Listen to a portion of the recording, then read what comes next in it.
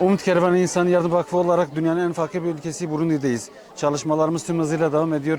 Şimdi de selden zarar gören yüzlerce aile, arkamızda duran battaniyeleri inşallah dağıtacağız. Bu konuda katkıdan bulunan bütün hayırseverlerimizden Allah razı olsun. Kendilerine çok teşekkür ediyoruz.